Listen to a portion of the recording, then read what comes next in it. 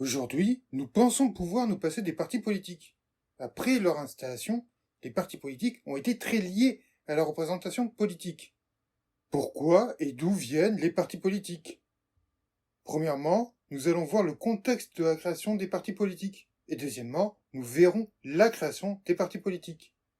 La formation des partis politiques est très liée à la mise en place de la politique moderne et au changement de la notion de sujet à celle de citoyen. La mise en place de la sphère politique est liée à la mise en place de l'État, avec la séparation de la sphère politique et d'autres pratiques, comme la religion et l'économie. Les lois ou constitutions peuvent remonter à l'époque médiévale, comme en Angleterre pour l'élection uninominale à un tour, qui vient d'un mouvement de fond. Une question s'est posée entre la légitimité et la légalité à l'époque moderne, et cette question s'est transformée en opposition. Cela s'est produit car il n'y avait aucune institution pour pouvoir mettre cela en concomitance. La légalité est la production de lois de manière reconnaissable, et la légitimité est une autorité reconnue, quel que soit le mode de reconnaissance. La Révolution française a entraîné un bouleversement de la société française ainsi qu'européenne, avec la mise à bas du monde ancien. Il y a eu alors le passage du politique entre le monde ancien et le monde moderne. Le passage du sujet à l'individu politique a été provoqué par la Révolution, mais les débats ont duré longtemps pour savoir si le politique est un individu ou un corps social, et cela de façon différente selon les pays. Les pays, comme la France et l'Allemagne, ont différentes approches pour définir l'émergence du corps politique. Leur divergence sur la notion du corps politique tient à leur histoire différente et à leurs penseurs politiques. En France, la Révolution française a soulevé la question de la souveraineté du peuple ou du roi. Un penseur allemand, Albrecht, a proposé que la souveraineté ne soit donnée à aucun des deux, mais à une structure qui intègre le peuple et le roi. Les XVIIIe et XIXe siècles ont vu émerger une pensée philosophique sur les membres de la communauté et sur leur mode de participation. Pour participer à la politique, les penseurs ont pensé non pas à la multitude, mais à une représentation. Il y avait la volonté non pas de donner à la multitude la possibilité de s'exprimer, mais de proposer la manière de choisir les votants et les représentants. La représentation peut être issue d'un processus historique comme la chambre haute qui est l'héritage du passé, ou la situation du pays comme la représentation des États fédérés. Le système électoral est aussi issu d'un processus historique comme le mode de désignation majoritaire à un seul siège anglais qui vient du passé anglais. Pour d'autres pays, comme la France, la volonté générale a déstructuré les liens entre représentants et représentés. Ceci vient de la destruction de la représentation territoriale et du changement de paradigme de représentant, d'agir pour le compte d'eux à agir en tant qu'eux. À faire partie d'un ensemble abstrait, il en va de même pour d'autres questions spécifiques. Concernant la séparation des pouvoirs et la mise en place des constitutions, beaucoup d'idées ont été proposées. La construction de la Constitution serait une chose non historique et complètement abstraite, et, par exemple, il peut y avoir aussi la séparation des pouvoirs.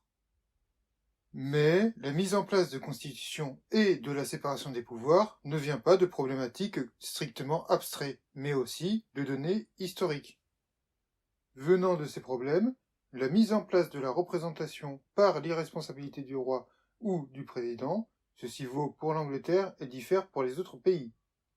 Cela conduit à la représentation parlementaire pour les pays européens, qu'elle soit pré-parlementaire ou entièrement parlementaire. Et aussi, il y a une volonté de droit des individus qui veulent que leurs droits soient protégés et qui font une défense de ces droits. Il y a aussi l'apparition de l'État régulateur qui pose des limites aux droits, et une transformation de la société avec l'apparition de l'opinion publique. Les partis politiques sont apparus selon différentes modalités et aussi selon les contextes des pays. Comment ont évolué les rapports politiques et ces modes de vote et les rapports politiques ont profondément ancré les façons dont les personnes votent, comme par exemple le conflit entre libéraux et conservateurs. Et pour avoir les pouvoirs, il y a la manière de diviser la population. Ainsi, les libéraux sont contre le pouvoir du roi, et les conservateurs sont pour le pouvoir du roi. La France avait comme fracture initiale le problème de la place de l'Église et du pouvoir du roi, avec la question des assignats. D'autres problèmes se sont collés au-dessus, mais c'est le problème initial qui forge le reste de la politique. Le mode de dépouillement permet aussi de fragmenter ou pas le panel politique venant de la tradition, comme en Angleterre. En France, la vie politique vient de la fragmentation de la population sur les différentes problématiques. Ce qui implique une possibilité pour l'Angleterre de faire un mode de vote potentiellement fractionnant, mais, comme résultat, un fait majoritaire.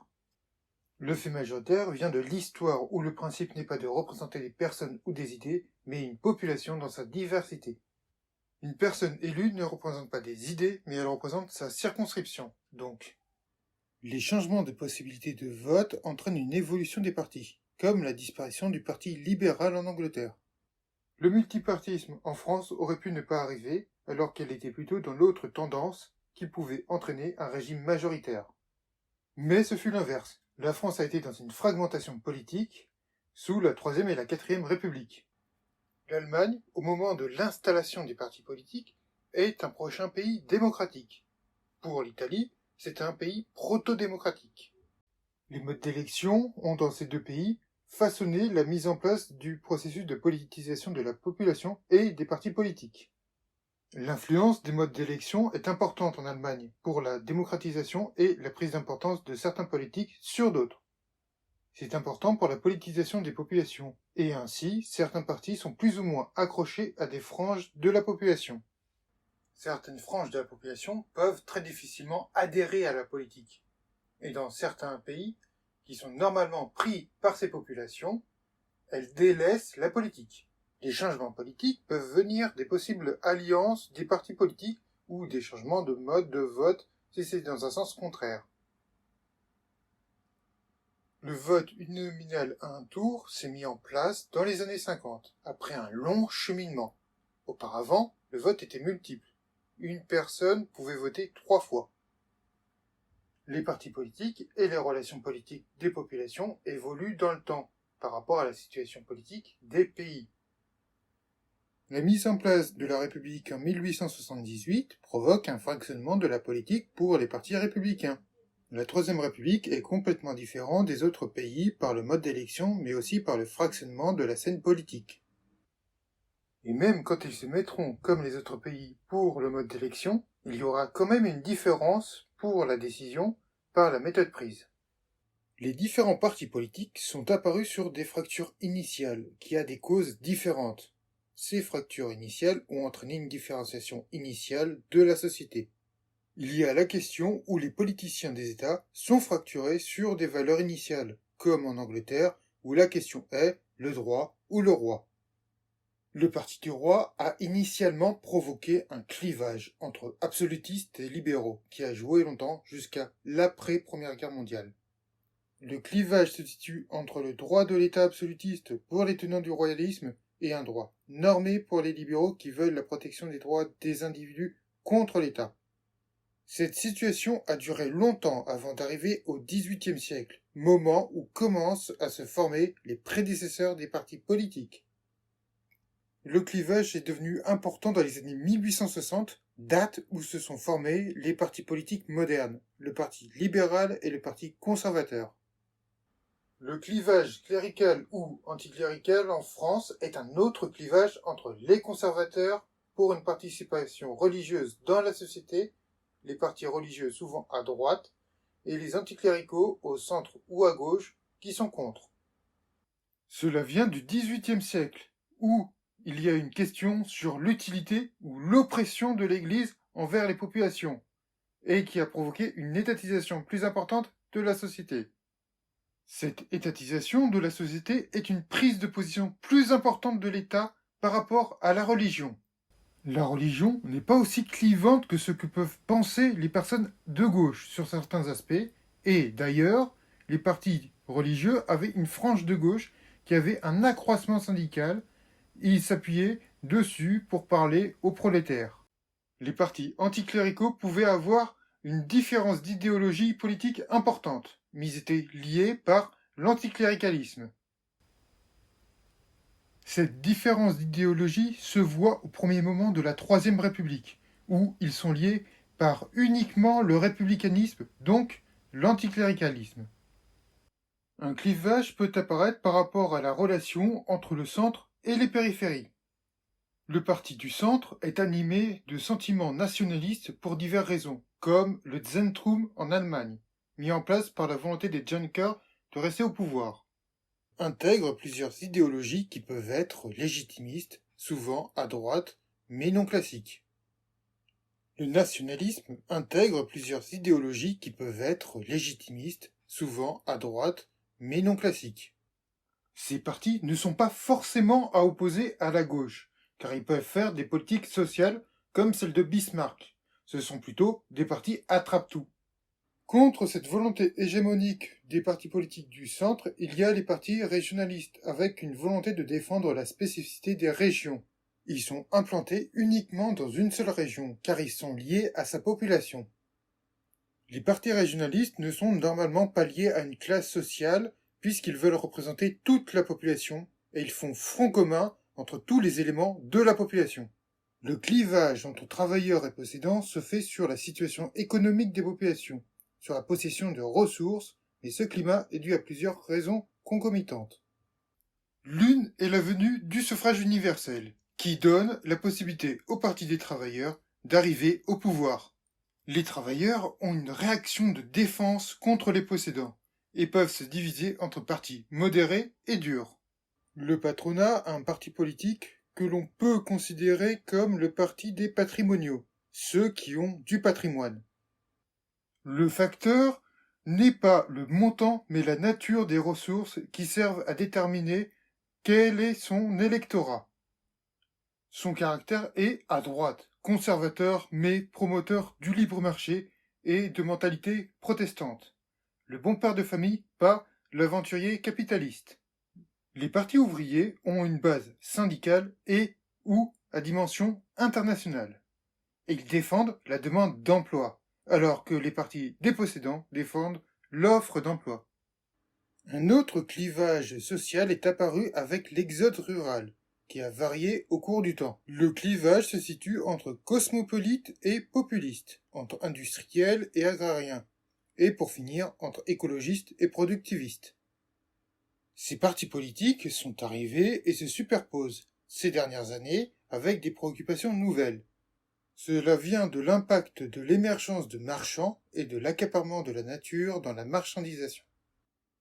Cela a provoqué des crises, comme celle de la vache folle et de la destruction de la paysannerie, ainsi que des problèmes de santé ou de paysage.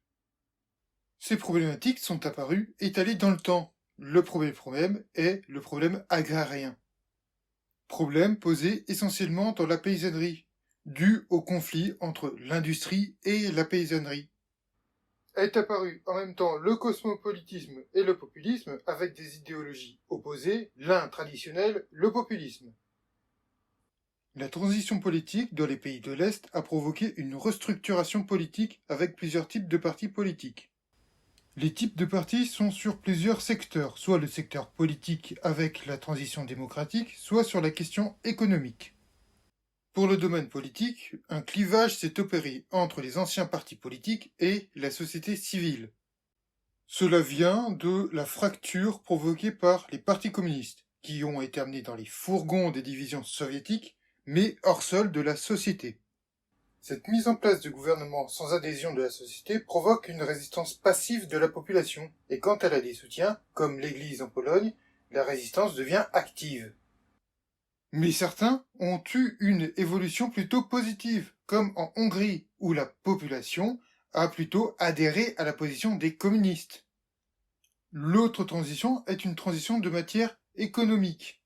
Comment passer d'une économie communiste à une économie de marché? Cette question est liée à comment va être fait le remplacement de l'économie soviétique à l'économie de marché. Il y a les optants pour les gains les plus rapidement, et donc ils veulent l'économie de marché à tout prix. Mais pour d'autres, il faut la défense des travailleurs quand même, et c'est où il y a eu des travailleurs comme fer de lance. Les maximalistes ont plutôt une culture de droite, et les minimalistes ont plutôt une culture de gauche.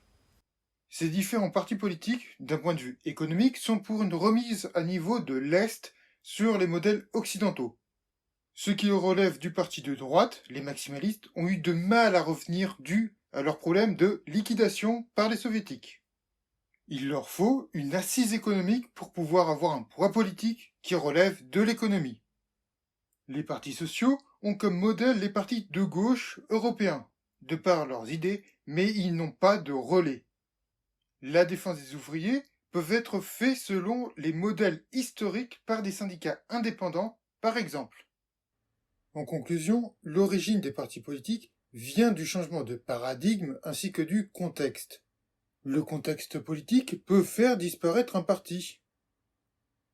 L'origine fondamentale des partis politiques prennent place dans une différenciation des problématiques politiques. Les partis politiques sont dans une situation très périlleuse, car elles sont très liées à la représentation politique. Si tu veux en connaître plus, abonne-toi et mets la cloche. Et si tu aimes, mets un pouce. Si tu as des questions sur la vidéo ou l'histoire ou la politique, je t'invite à en mettre dans les commentaires.